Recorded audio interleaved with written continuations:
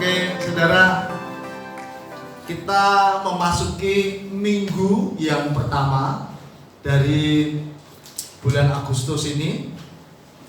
Saudara, tanpa terasa kita sudah bergerak melewati pertengahan dari tahun 2020 ini, di mana Tuhan bicara bahwa tahun ini adalah the golden years. Setiap kali Tuhan berbicara sesuatu kepada saya tentang tahun apa yang akan kita jalani ke depan, Tuhan selalu memberikan kepada saya iman untuk mempercayai apa yang Dia katakan. Karena kekristenan itu semuanya bicara tentang apa yang kamu yakini. Kalau saudara dalam hidup ini meyakini sesuatu yang kecil, Tuhan tidak bisa mengerjakan yang besar dalam hidup kamu. Kalau engkau mempercayai yang besar, Tuhan bisa mengerjakan besar dalam hidup kamu. Jadi takaran yang saudara dan saya ukurkan untuk engkau izinkan diisi oleh Tuhan, sebesar takaran itu Tuhan yang akan isi untuk hidup saudara. Jadi saya mau mengajak saudara, mengencourage teman-teman semua yang ada di tempat ini. Jadi miliki cara berpikir, miliki hati Tuhan, di mana saudara dan saya hidup setiap hari mesti mengembangkan takaran yang semakin hari semakin besar. Tidak boleh besar lantas mengecil lagi. Mas, bagaimana saya tidak mengecil? Keadaan di situasi kami sulit. Justru keadaan sulit, jawabannya mesti apa? Takaranmu diperbesar, cara berpikirmu diperbesar. Kapan itu terjadi? Pada saat saudara dan saya menyelaraskan perspektif kita dengan perspektifnya Tuhan. Saudara dan saya tidak akan pernah memiliki perspektifnya Tuhan di luar keintimanmu dengan firman. Saudara tidak bisa memiliki pemikiran Tuhan yang jauh ke depan, jauh lebih besar, jauh lebih tinggi dari situasimu hari ini, terpisah dari keintimanmu dengan firman. Karena pada waktu engkau intim dengan firman, maka firman Tuhan itu menjadi bahan dasar, bahan baku imanmu. Maka apa yang kau telah tetapkan dalam hidupmu, sebesar apapun itu ukurannya, imanmu mengerjakannya untuk kamu. Yang nanti katakan amin.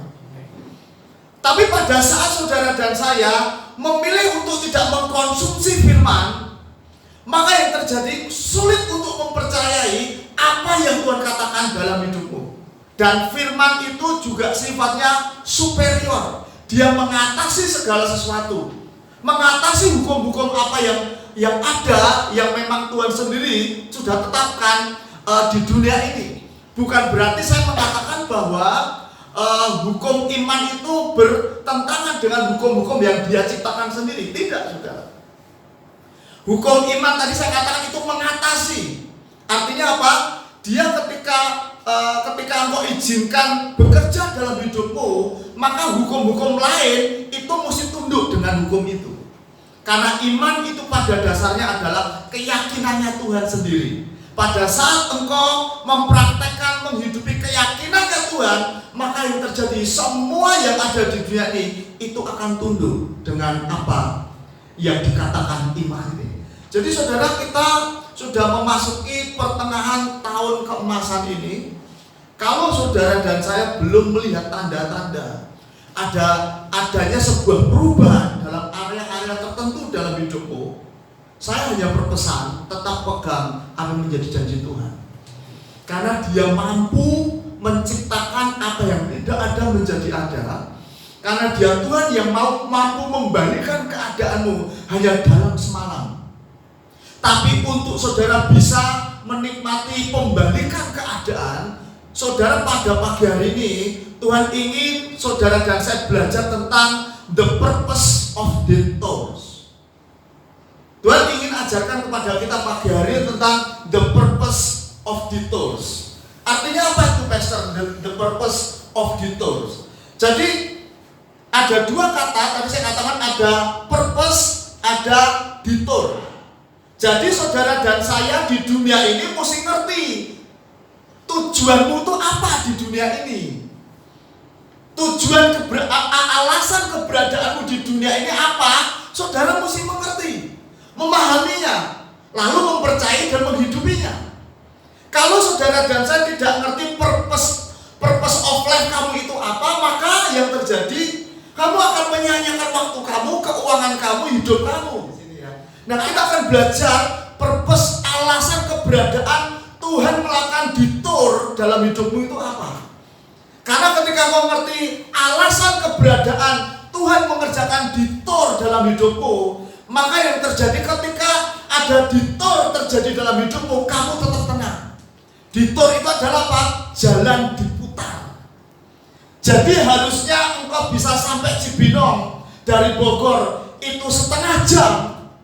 Tapi karena ada detour, ada jalan rutenya itu dirubah, kamu bisa dari Bogor sampai Cibinong itu 2 jam. Nah, sampai di sini ya. Nah, pagi hari ini goal saya khotbahkan the purpose of detour ini adalah apa? Engkau bisa enjoy detour dalam hidup kamu. Ya, engkau bisa menikmati perubahan rute dalam hidup kamu.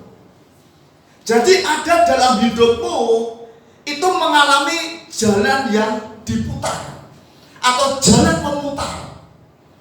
Engkau seharusnya bisa sampai tujuanmu 1 jam, tiba-tiba karena terjadi pemutaran atau terjadi penghentian tiba-tiba di jalan, maka jalanmu menjadi lama, jalanmu menjadi terganggu, jalanmu menjadi boleh saya katakan kok sia-sia seperti ini.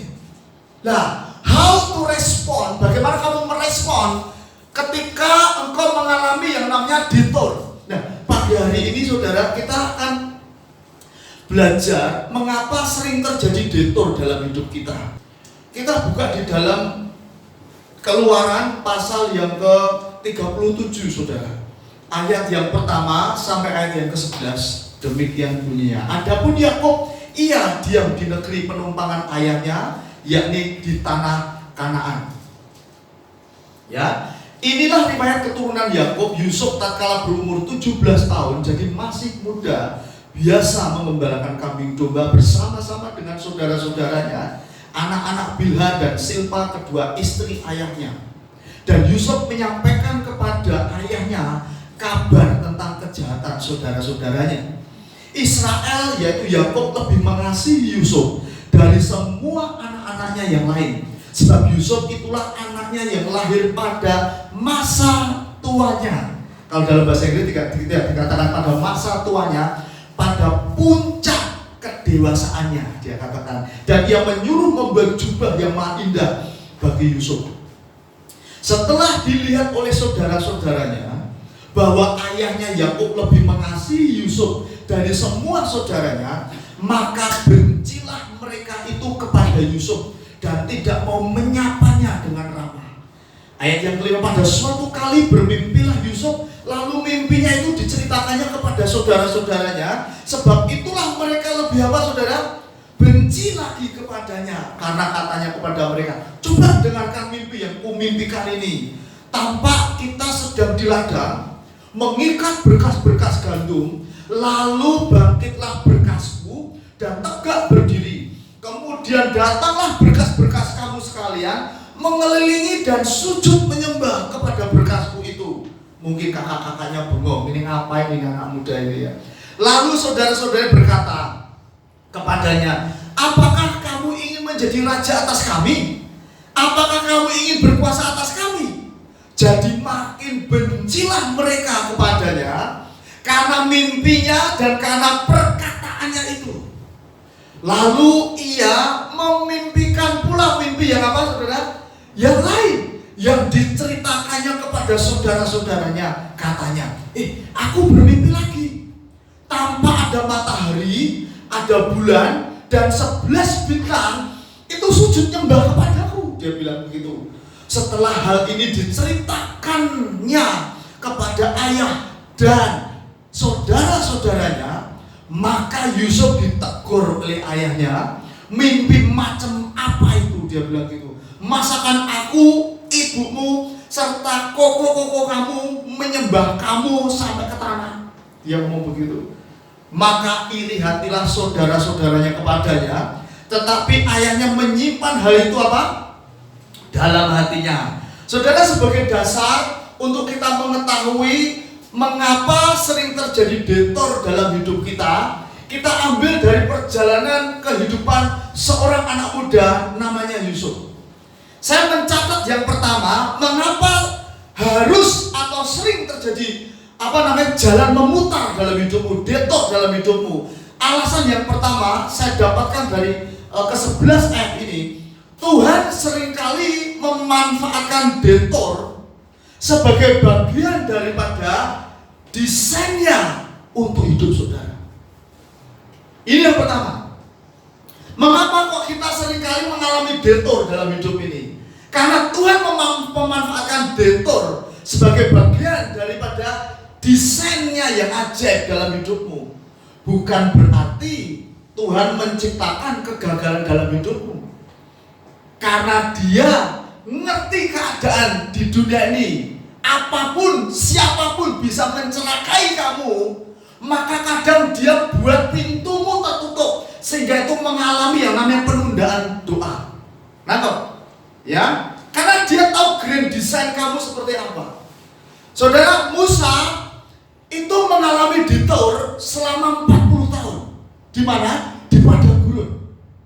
Dia dari bayi begitu diarungkan ke sungai, terus diambil oleh istri Fir'aun dan dibesarkan di istana selama berapa tahun? 40 tahun.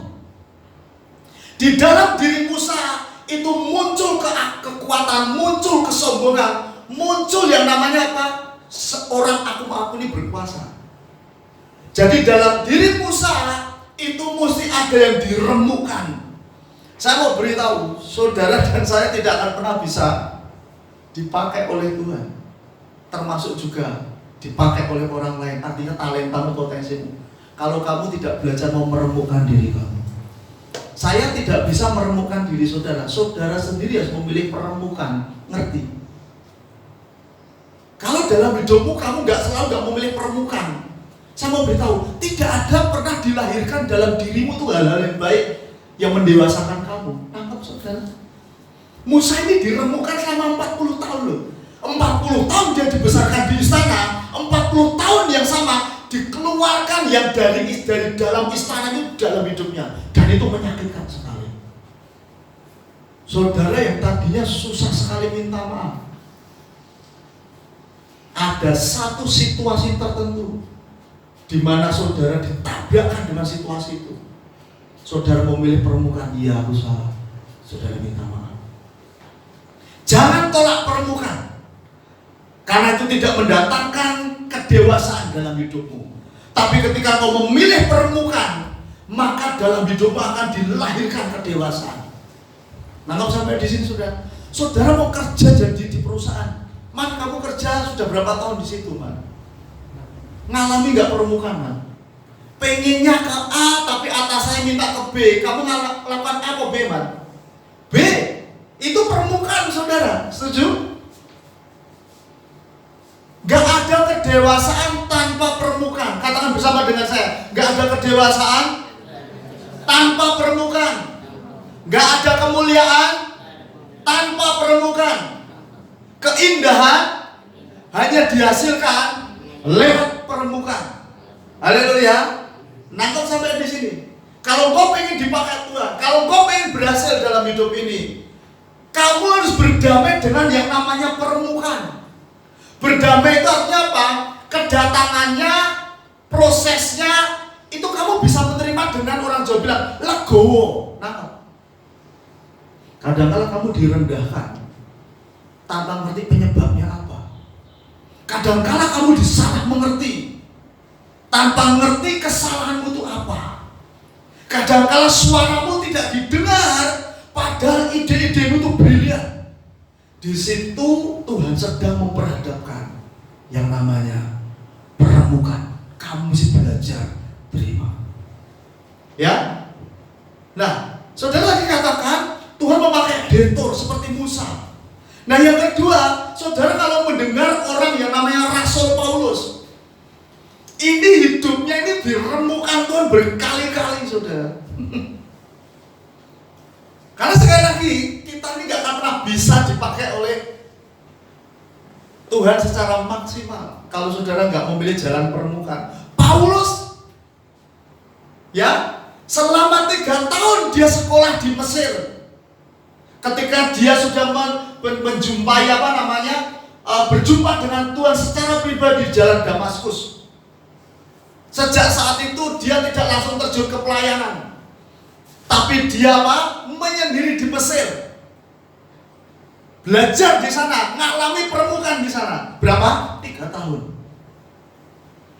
Begitu dia pulang dari pengasingannya selama 3 tahun, dia mengalami persiapan yang lebih baik dibandingkan dengan ketika dia tidak memilih untuk mengalami atau menjalani permukaan. Saya mau beritahu, kenapa kok kadang-kala saudara dan saya berpikir itu abri-abri yang baru calon-calon tamtama atau taruna itu kok kepalanya dipelontosin semuanya. Itu lambang apa? Penyelarasan pikiran. Ya, dulu saya pernah daftar akabri, digundulin tuh. Saya tanya ada apa kok setiap kali kan dipelontosin semua. Itu lambang apa? Penyelarasan pikiran, bahwa kamu nih sekarang tuh tunduk kepada atasan kamu total. Atasan bilang maju, kamu mesti maju. Bukankah kita juga digambarkan seperti seorang prajurit, benar? Seorang prajurit yang berjuang tidak boleh memusingkan apa? Kebutuhannya. Karena apa? Jenderalnya sudah menyediakan. Nangkep sampai di sini. Kalau saudara dan saya selalu memikirkan hal-hal yang saudara anggap itu lebih penting daripada Tuhan, saya mau beritahu, saudara dan saya masuk kategori seorang prajurit yang murahan, yang gak punya kualitas dan kapabilitas yang sesuai yang dia mau. Mari berjalan dalam permukaan. Paulus meskipun sudah keluar dari Mesir selama 3 tahun, dia pun setiap hari diremukkan sama Tuhan. Apa lewat proses. Tuhan mau menghadapkan pada dia situasi-situasi yang dengannya atau yang karenanya dia memilih untuk jalan permukaan. Ya, Yusuf tadi saya katakan dia menghabiskan waktu selama 13 tahun untuk berputar di Tur. Ya, dia juga dimasukkan ke mana? Ke lubang sumur. Dia setelah itu diseret kayak binatang. Jalan seperti binatang, saudara. Terus dia dijual di pasar budak, disamain dengan budak-budak yang lainnya. Terus dia masuk menjadi juga budak di rumah Potifar, dan lebih parah lagi dijeblosin ke penjara. Detor yang Yusuf alami itu luar biasa. Tapi karena apa? Dia berhasil karena dia ngerti the purpose of detor. Bahkan Yesus sendiri yang 100% Tuhan dan 100% manusia, dia juga mengalami detor. 30 tahun dia dibesarkan oleh Yusuf dan Maria, dan dia harus tunduk dengan perintahnya. Dia harus bekerja. Bahkan setelah dia itu sudah terjun dalam pelayanan, kalau saudara masih ingat, firman Tuhan katakan begini, aku harus melintas Samaria. Masih ingat ayat itu, saudara? Ketika dia dari Galilea, ya, berjalan bersama-sama muridnya, siang-siang hari, terus dia mau gini, aku harus melintas Samaria. Terus muridnya mau gini, loh, kenapa kamu melintas Samaria? Bukankah Samaria itu bermusuhan dengan kita? Bukankah adat istiadat melarang kita melintasi Samaria? Samaria itu kota yang benar-benar najis buat kita, guru. Enggak, aku harus melintasi, aku harus melewati Samaria. Terjadi detor di sana. Tapi dia ngerti tujuan detor. Ada seorang penginjil terbesar di zamannya.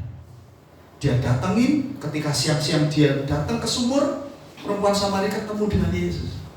Dan yang terjadi apa? Saat itu juga dia jadi penginjil yang terbesar. Seluruh kota Samaria dibawa kepada Yesus dan mengalami perjumpaan dengan Yesus. Nah, kok sampai di sini? Yesus mengalami detor.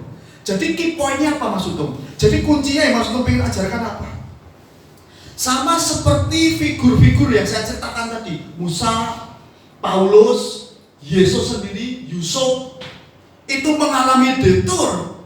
Tuhan menempatkan kepada kita pada sebuah detour, jalan memutar, yang saudara dan saya tidak sukai. Tujuan itu mengembangkan karakter kamu, mengembangkan potensi kamu, mengembangkan kekuatan kamu, dan mengembangkan imanmu agar tujuannya itu tergenapi dalam hidup kamu. Yang nanti katakan amin. Jadi mengapa kok mengapa kok sering terjadi detour dalam hidup kita?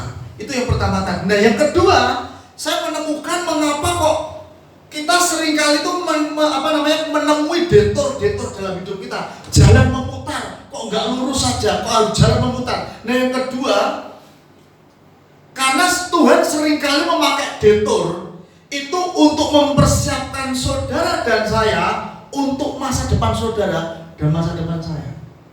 Nangkap salah di sini ya. Jalan memutar dalam hidupmu itu dia pakai untuk mempersiapkan kamu untuk masa depan kamu. Nangkap sampai di sini.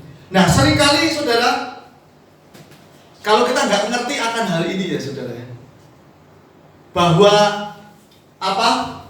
jalan kita ini diputar sama Tuhan, dan kita tidak lulus akan hal itu, nanti terjadi pemutaran lagi, nggak lulus jadi pemutaran lagi. Tuhan itu punya tujuan satu, supaya kamu bisa dipercaya sama Tuhan. Nah, kalau kamu sudah bisa dipercaya sama Tuhan, dipercaya sama manusia, pasti kamu lulus. Yang dikatakan amin. Seringkali kita ini nggak siap saudara menghandle tujuan Tuhan dalam hidup kita, karena kita seringkali lack of maturity. Kita ini tidak dewasa. Saya juga mengatakan kepada kalian yang masih muda dan juga orang tua yang ada di tempat ini atau dimanapun saudara berada melihat siaran ini, melihat khotbah ini, mari jadilah pribadi yang dewasa. Orang yang dewasa, ciri utamanya selalu dia tanggung jawab. Kamu tanggung jawab dengan dirimu sendiri. Kamu tanggung jawab dengan orang-orang yang kamu kasihi. Dan kamu tanggung jawab dengan komunitas kamu. Itu saudara. Mari budayakan gaya hidup yang penuh tanggung jawab.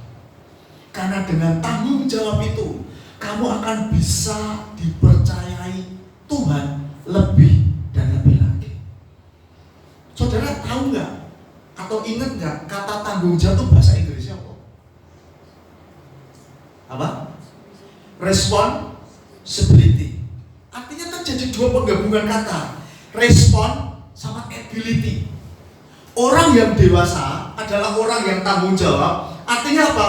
Dia memakai kesanggupannya untuk merespon hal-hal yang negatif. Dia memanfaatkan kesanggupannya untuk merespon setiap tekanan. Nangkep sampai di sini ya. Jadi orang yang dewasa itu cara nangani masalah itu beda dengan orang yang nggak dewasa. Pasangan yang satu tidak dewasa, ketika menghadapi masalah dia cenderung lari.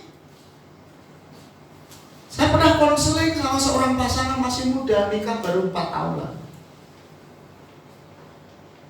Saya tanya, kamu kemana? Istrimu kemana? Saya tanya. Enggak om, aku tidur sama mamaku. Di rumah mamaku maksudnya. Loh kenapa kok istrimu kamu tinggal? Aku enggak kuat om. Enggak kuat apanya? Waktu pacaran kamu kuat enggak? Duduk berdua berjam-jam. Sekarang kok sudah menemukan 4L, kamu kok enggak kuat? 4L tahu ya? Lo lagi gitu. Kamu kok enggak kuat? Kita sharing lagi. Itu artinya apa? Melepas tanggung jawab saudara. Saya katakan hadapi apapun yang berat, yang menekan dalam hidupmu. Kalau kamu pengen jadi dewasa, hadapi. Amin. Termasuk juga perempuan. Kenapa? Kadang-kala kita ini tidak dipercaya Tuhan untuk hal-hal yang besar karena ini kita kurang dewasa. Lack of maturity. Nah saudara, Tuhan menggunakan detour untuk mempersiapkan masa depan kita. Tuhan itu menyingkapkan kepada Yusuf detail daripada tujuannya, Tetapi Yusuf tidak cukup dewasa dalam menangani apa yang Tuhan sudah sampaikan kepadanya. Setuju? Apa tadi 2 mimpi? Jadi sebenarnya saudara, Tuhan bisa percepat apa yang menjadi tujuannya terjadi dalam hidup Yusuf di usia muda. Bisa. Buktinya apa maksudnya? Buktinya Samuel umur 12 tahun. Ketika Samuel didatangi sama Tuhan, Samuel sampai 3 kali. Dia hanya berkata, "Ya Tuhan." Dia meresponnya cukup bagus. Tapi Yusuf ketika Tuhan bicara lewat mimpi, dia menangani mimpinya itu dengan cara yang gak dewasa.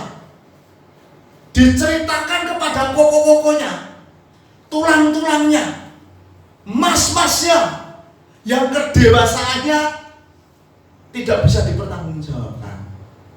Itu yang membuat Yusuf menjalani detour, diputar balik jalannya sama Tuhan.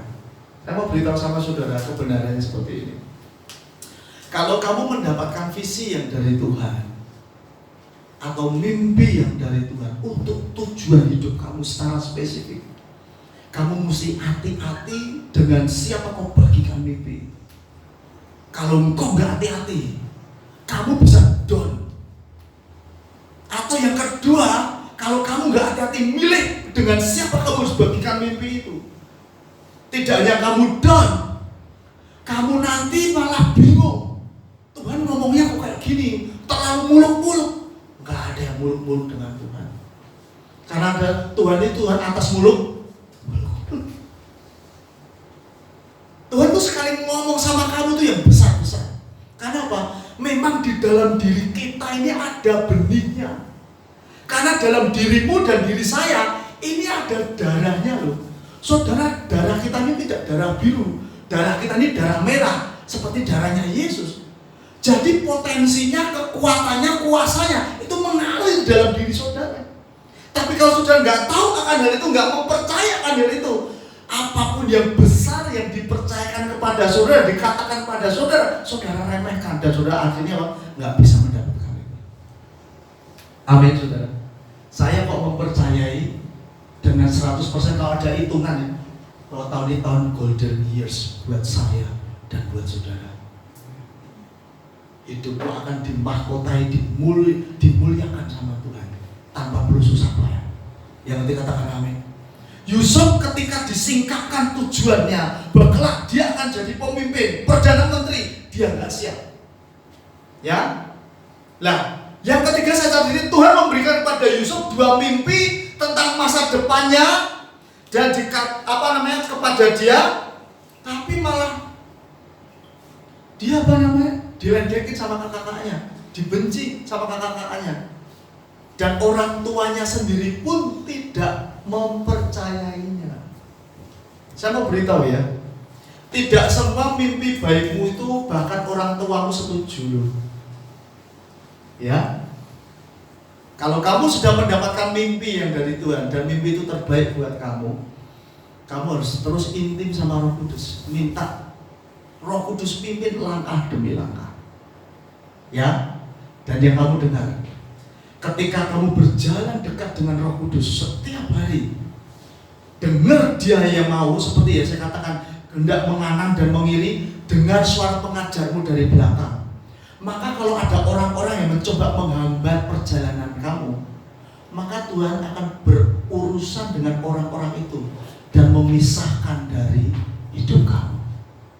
Nah, sampai di sini ada seorang anak Tuhan, saudara. Ini kerja dengan atasan yang maaf ya, hidupnya itu nggak benar. Anak Tuhan juga. Dan anak Tuhan ini kalau ditelepon sama atasannya nggak mungkin dia bisa nolak karena dia dibayar, setuju? Jam berapapun dia telepon, mau jam 12, mau jam 1, mau jam 3 pagi harus datang. Nah, setiap kali dia datang, pasti nggak mungkin dia nggak ajak minum, nggak mungkin nggak diajak nyabu. Itu pulang ke rumah tuh udah teler, udah muntah-muntah. Dan yang kasihan siapa? Anak-anaknya.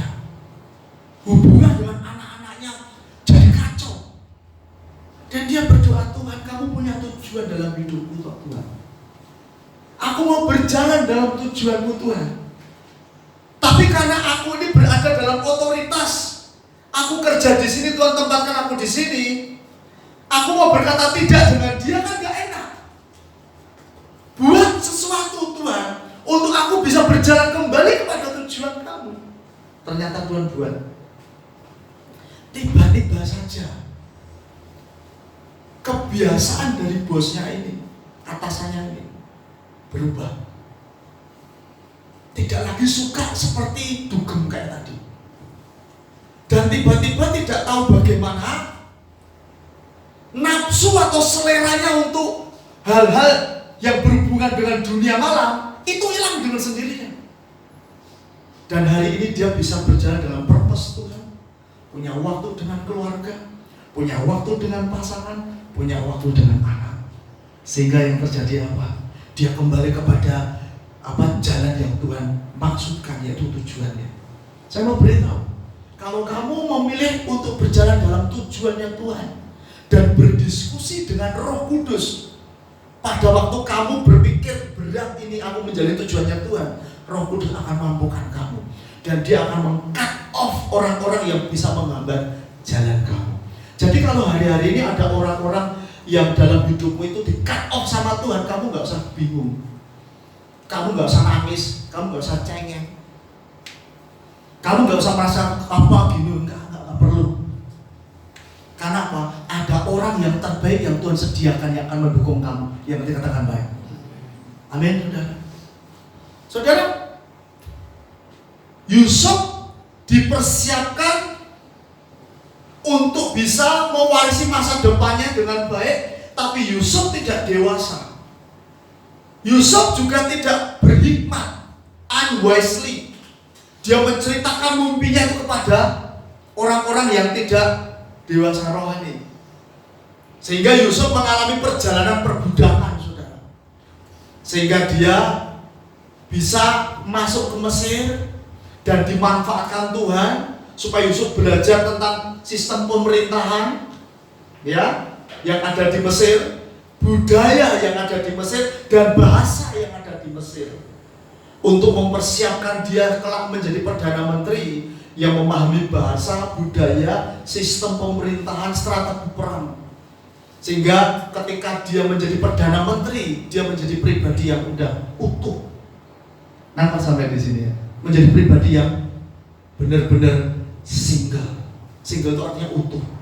Kemarin ada anak muda ngomong gini, Om nih doain Om, dia jomblo terus. Oh kamu gak ngerti kata jomblo itu is the best loh.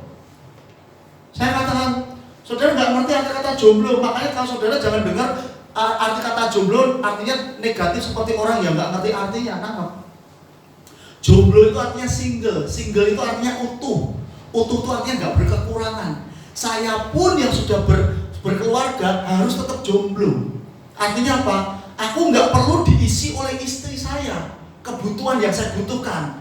Itu namanya saya jomblo. Jadi jangan memiliki definisi jomblo seperti orang dunia yang miliki. Kamu apa? Bisa stres. Nangkep sampai di sini. Jomblo, single, utuh artinya. Nangkep sampai di sini ya. Saudara yang sudah berkeluarga harus juga single, tetap jomblo, tetap utuh.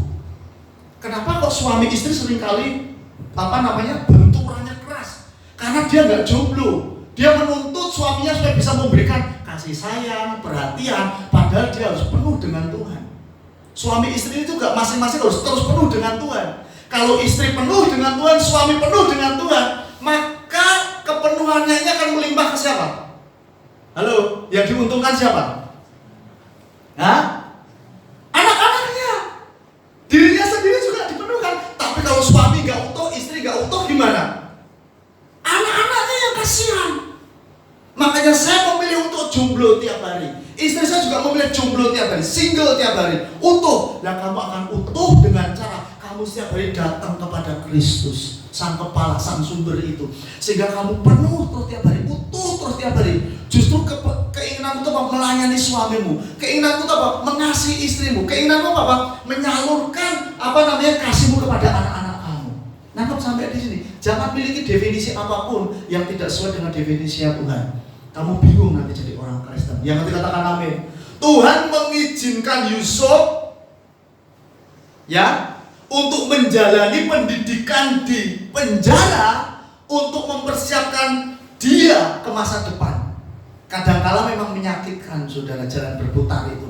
Jangan pikir enggak. Sama seperti hari ini kami jalani jalan berputar. Dari tahun 2017 sampai tahun 2020 kami dibuat Tuhan jalan berputar. Tapi kami ngerti the purpose of the tour. Kami nikmati, kami enjoy jalan itu. Yang nanti katakan amin. Meskipun Tuhan telah menetapkan tujuan atau takdir bagi Yusuf, Tuhan juga membawa Yusuf pada banyak jalan memutar dengan tujuan mendewasakan Yusuf kelak jadi penguasa Mesir. Dia jadi utuh, dia jadi dewasa. Amin. Key pointnya apa maksudnya? Key pointnya, meskipun setiap perjalanan kita nampaknya sulit dan berat, dan Tuhan membawa kita kepada jalan memutar, tujuannya itu untuk mempersiapkan kita kepada hal-hal besar yang ada di depan untuk kebaikan saudara dan saya. Yang nanti katakan amin. Jadi kalau kamu sedang dibawa berputar sama Tuhan, kamu jangan ngeluh, kamu ikutin aja maunya dan enjoy. Jadi ingat, jalan memutar meskipun kadang-kala sakit, gak enak, tapi itu mempersiapkan kamu untuk masa depan kamu. Haleluya.